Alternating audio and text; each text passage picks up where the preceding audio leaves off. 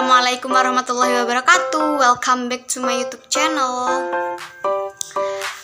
Namaku Jainatul Firdaus dari kelas Tadris Bahasa Inggris 4. Di sini saya akan menjelaskan makalah saya yang berjudul Hakikat Peserta Didik, Kepribadian Peserta Didik, Etika Peserta Didik, dan Kebutuhan Peserta Didik. Stay tune.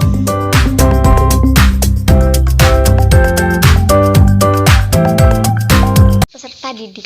Dalam sistem pendidikan, peserta didik memiliki cakupan yang sangat luas, dan jika dikaitkan dengan Allah Subhanahu wa Ta'ala sebagai Maha Pendidik, maka seluruh umat manusia, seluruh makhluk ciptaannya merupakan peserta didik. Dan jika dikaitkan dengan visi dan misi kerasulan Rasulullah Shallallahu Alaihi Wasallam, maka kita sebagai umat manusia, kita adalah peserta didik.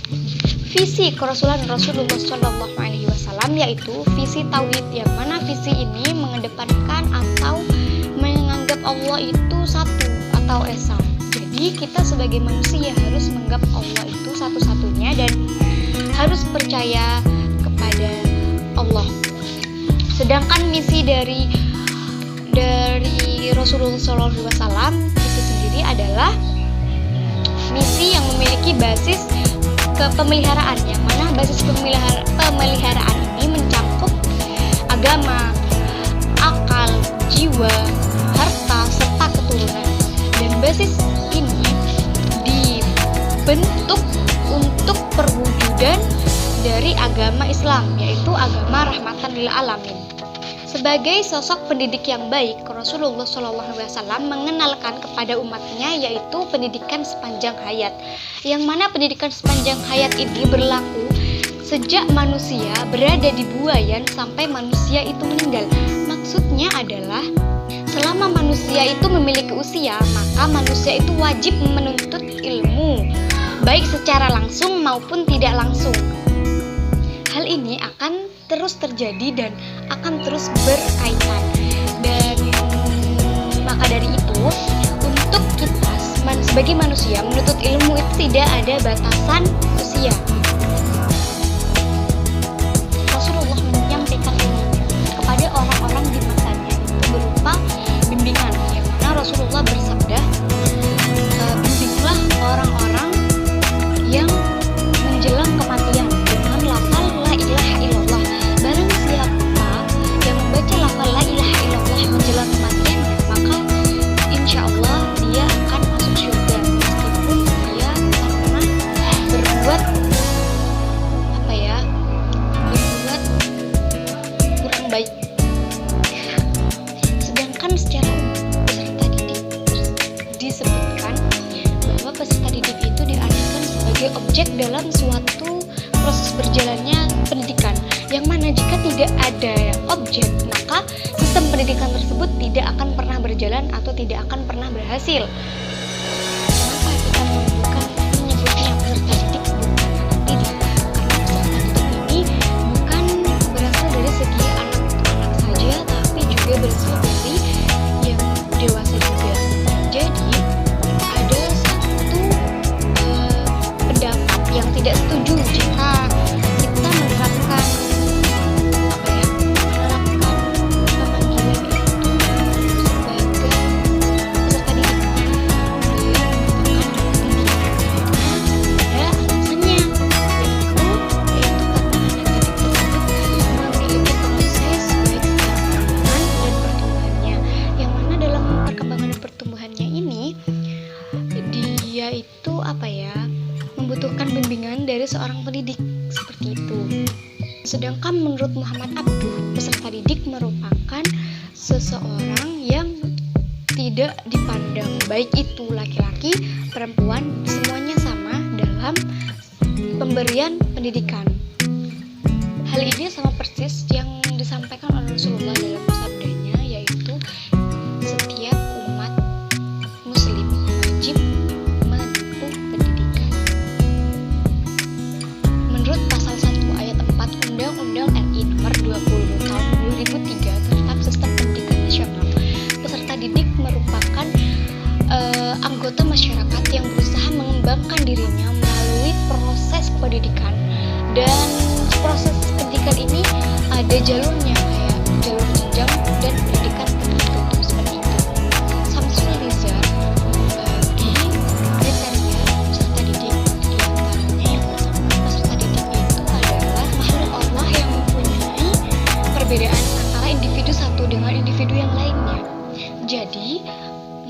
Jadi hal ini disebabkan karena faktor lingkungan, faktor bawaan atau faktor genetik yang dibawa oleh individu tersebut. Jadi hal itu yang membuat perbedaan antara individu satu dan individu yang lainnya. Peserta didik memiliki pertumbuhan dan perkembangannya sendiri. Menurut Abraham Maslow, ia berpendapat bahwa terdapat 5 hierarki, yang mana 5 hierarki ini dibagi menjadi 2 kategori yang terdiri dari kebutuhan taraf dasar dan meta kebutuhan. Nah, bersamaan dengan adanya pernyataan Dallas, ada juga yang berpendapat yaitu Saiful Bahri Zamarah yang berpendapat bahwa peserta didik memiliki kriteria yang harus diperhatikan oleh pendidik. Yang pertama adalah mereka adalah sosok individu yang belum dewasa, karena semua kegiatannya atau semua yang dilakukan dalam institusi pendidikan itu masih menjadi tanggung jawab pendidik, masih mampu menyempurnakan aspek yang ada di dalam dirinya untuk menyiapkan atau menyempurnakannya di masa depan atau masa yang akan datang. Memiliki sifat dasar yang harus berkembang seperti sifat biologis, rohani, sosial, inteligensi, dan emosi. Dalam kehidupannya, manusia memiliki beberapa tahapan perkembangan. Yang pertama adalah al-janin, yaitu kondisi di mana seseorang anak ini sedang berada di dalam kandungannya, seperti firman Allah dalam surat An-Nahl ayat 78 yang artinya adalah, dan Allah mengeluarkan kamu dari perut ibumu dengan keadaan kamu tidak mengetahui apa-apa, dan Dia memberikanmu pendengaran, penglihatan, serta nalar yang harus kamu syukuri. Yang kedua adalah al-tiflu, yaitu tingkatan anak yang harus memperbanyak latihan serta kebiasaan. Dengan adanya latihan dan kebiasaan ini membuat anak mengetahui mana yang baik dan mana yang buruk. Yang ketiga adalah al-tamyiz. Al-tamyiz di sini merupakan tingkatan anak yang sudah mampu atau dapat membedakan mana yang baik dan mana yang buruk, dan akalnya itu sudah berkembang sangat luas. Dan yang keempat adalah al-akli. Al-akli di sini adalah tingkatan manusia yang sudah mampu berpikir secara sempurna. Dan yang terakhir adalah al-aulia dan al-ambiya. Al-aulia dan al-ambiya ini memiliki tingkatan yang sudah tingkat yang paling tinggi gitu loh, sudah lebih dari sempurna. Dalam perkembangan psikologi, manusia ini dibagi menjadi 5 masa. Yang pertama tahapan Tuhan, dan yang kedua adalah tahapan pendidikan jasmani atau pengetahuan tentang panca indera. Yang ketiga tahap pembentukan watak dan pendidikan agama. Yang keempat adalah tahap kematangan, dan yang kelima adalah tahap kebijaksanaan. Yang B yaitu kepribadian peserta didik. Kepribadian peserta didik. Kepribadian setiap peserta didik itu tentulah berbeda karena mereka tinggal di suatu lingkungan yang berbeda, interaksi sosial yang berbeda, sehingga terdapat kepribadian yang bermacam-macam. Wetrington menyimpulkan dari beberapa pengertian sehingga menjadi ciri-ciri dari kepribadian tersebut. Yang pertama adalah manusia itu awalnya adalah makhluk individu yang seiring berjalannya waktu manusia itu bisa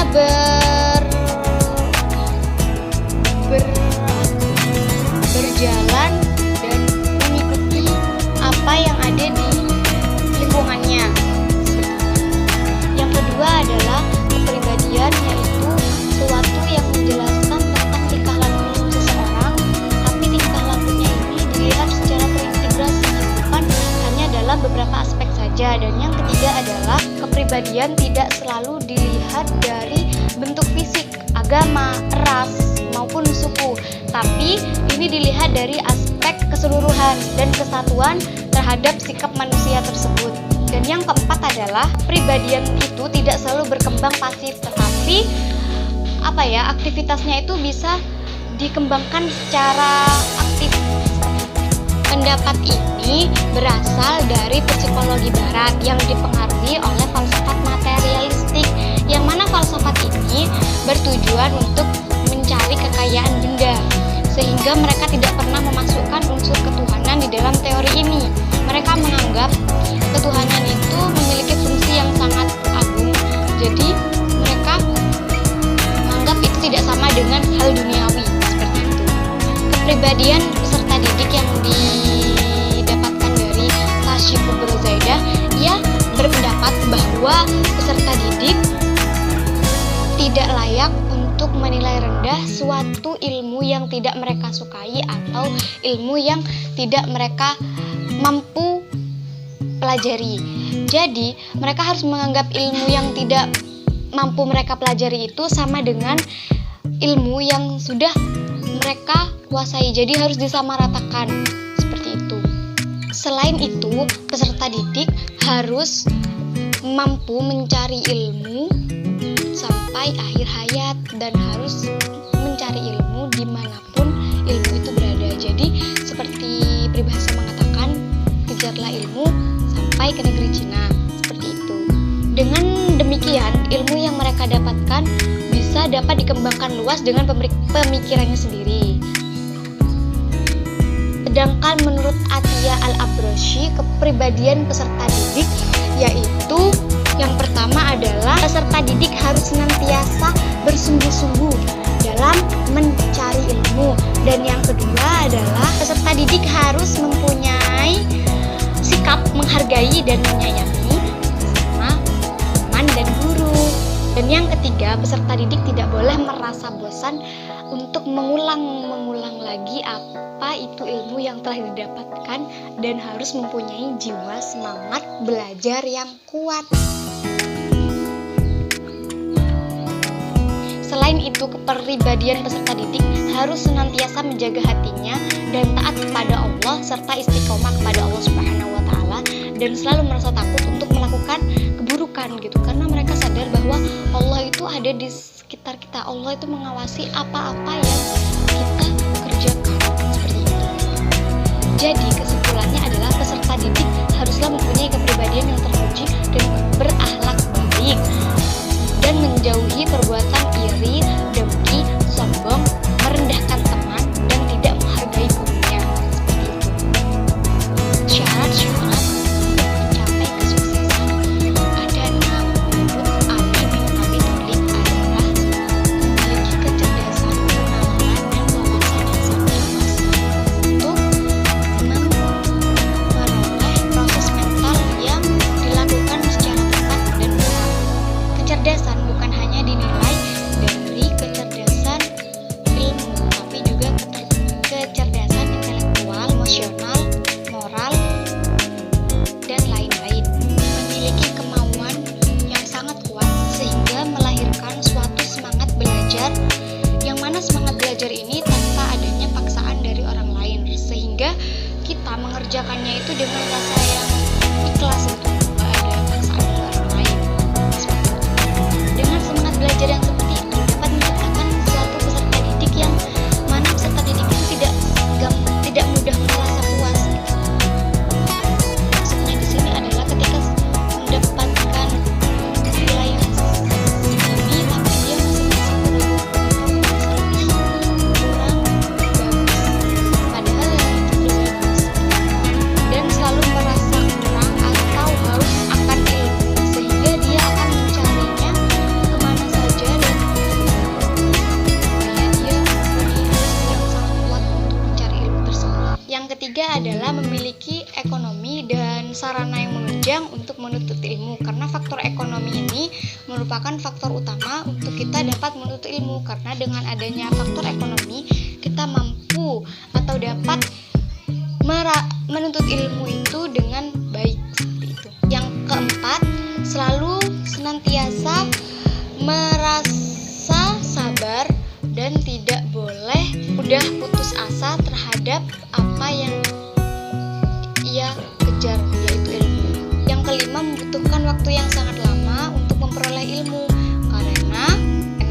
serta tahapan yang terdapat dalam pendidikan itu dilakukan secara bertahap. Contohnya seperti waktu kita masih kecil, kita kan sekolah taman kanak-kanak, dan itu bertahap selanjutnya yaitu sekolah dasar dan seterusnya seperti itu. Dan yang terakhir adalah tempat penuntut ilmu itu bukan hanya di sekolah, di luar sekolah juga bisa. Seperti lingkungan sekitar, kita bisa belajar dari pengalaman orang sekitar. Nah, itu bisa jadi juga disebut dengan ilmu. Dengan begitu, kita mempunyai proses yang sangat panjang untuk mencapai kesuksesan, karena kesuksesan datang bukan dengan secara instan, tapi dengan proses yang panjang. Yang C adalah etika peserta didik. Pengertian etika di sini disamaartikan dengan akhlak, sikap, atau tata perilaku peserta didik. Dan ada pula ulama yang menyebutkan bahwa etika adalah akhlak Islami, seperti itu. Sedangkan kata etika itu berasal dari kata ethics yang memiliki arti sebuah kebiasaan. Namun, lambat laun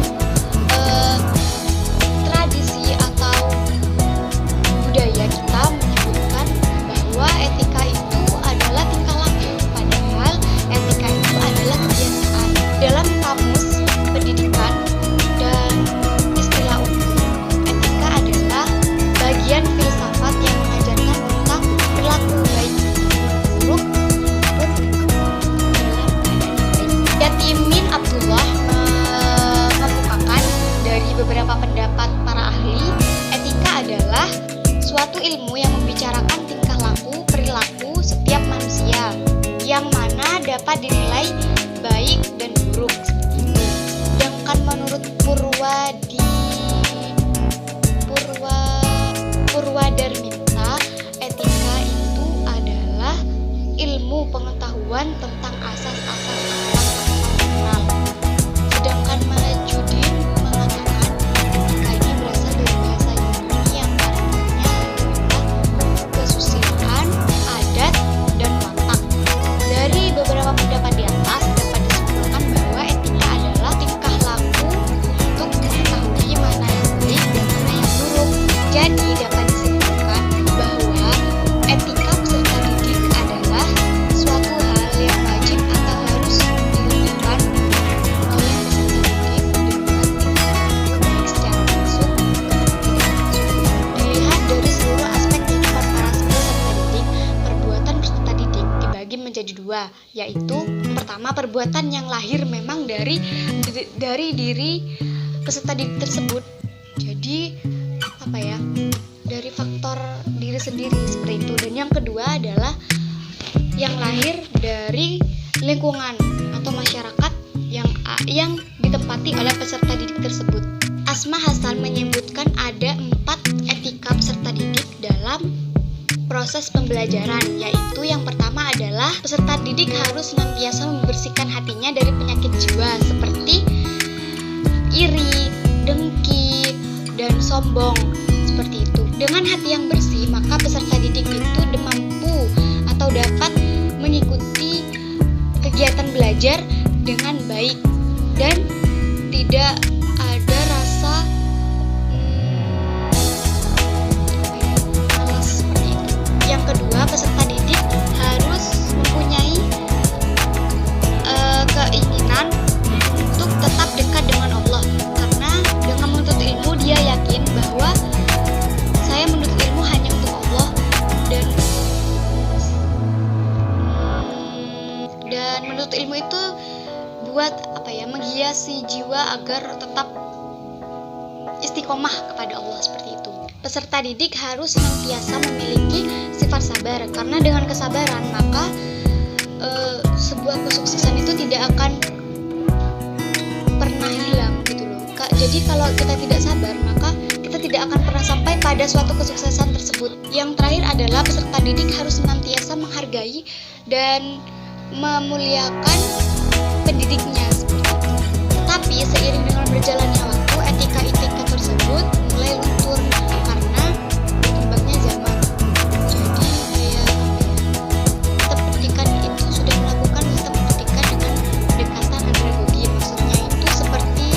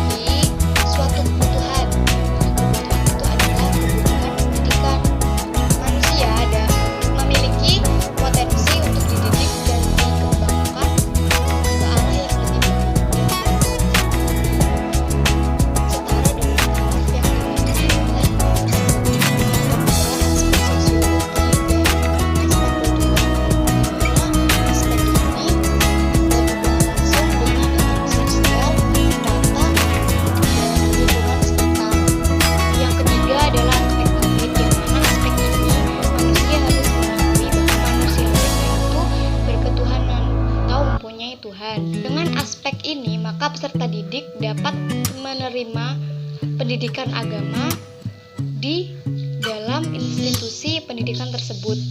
Sedangkan untuk kebutuhan peserta didik itu dibagi menjadi banyak sekali kebutuhan yang harus dipenuhi oleh peserta didik.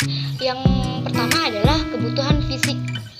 Artinya, fisik peserta didik itu harus berkembang dan tumbuh secara cepat, apalagi pada masa pubertas. Dan kebutuhan biologisnya juga harus terpenuhi seperti makan, minum, istirahat, dan lain-lain.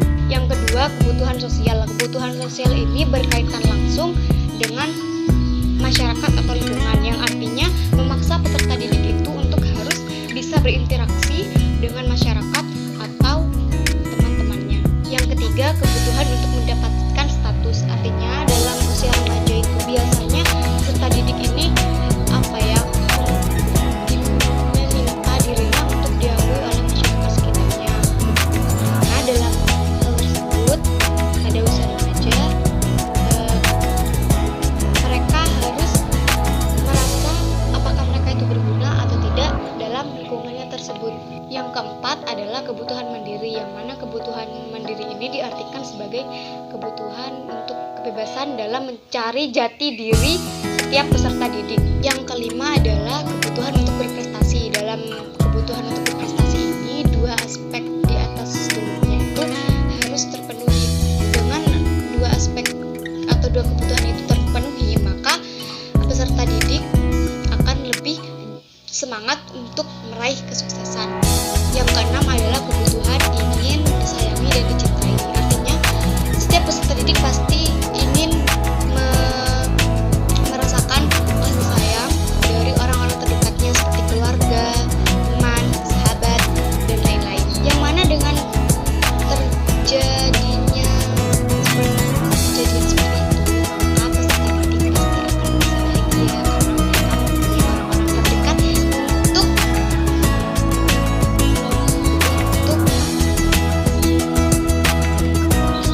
menjadi pemicu akan suatu prestasi. Jadi kalau dia merasa disayangi atau dicintai, maka dia itu mempunyai tujuan untuk membanggakan orang-orang yang mereka sayangi dan mereka cintai, seperti itu. Yang ketujuh, kebutuhan untuk mencurahkan isi hatinya. Artinya, setiap peserta didik pasti ingin keluh kesahnya, kesal, suka dukanya harus tersampaikan kepada orang lain atau diceritakan kepada orang lain. Kedelapan atau yang terakhir adalah kebutuhan untuk filsafat hidup. Artinya, setiap remaja atau setiap peserta didik pasti mempunyai tujuan untuk mencari kebahagiaan yang sebenarnya, dan kebahagiaan itu masuk akal di dalam dirinya. Jadi, setiap peserta didik pasti akan mencari jalan atau kebahagiaannya itu sendiri. Sekian yang bisa saya sampaikan. Apabila ada kesalahan kata, saya mohon maaf, dan jangan lupa untuk like, comment, share, and subscribe. Dan wassalamualaikum warahmatullahi wabarakatuh. Sampai jumpa di vlog selanjutnya.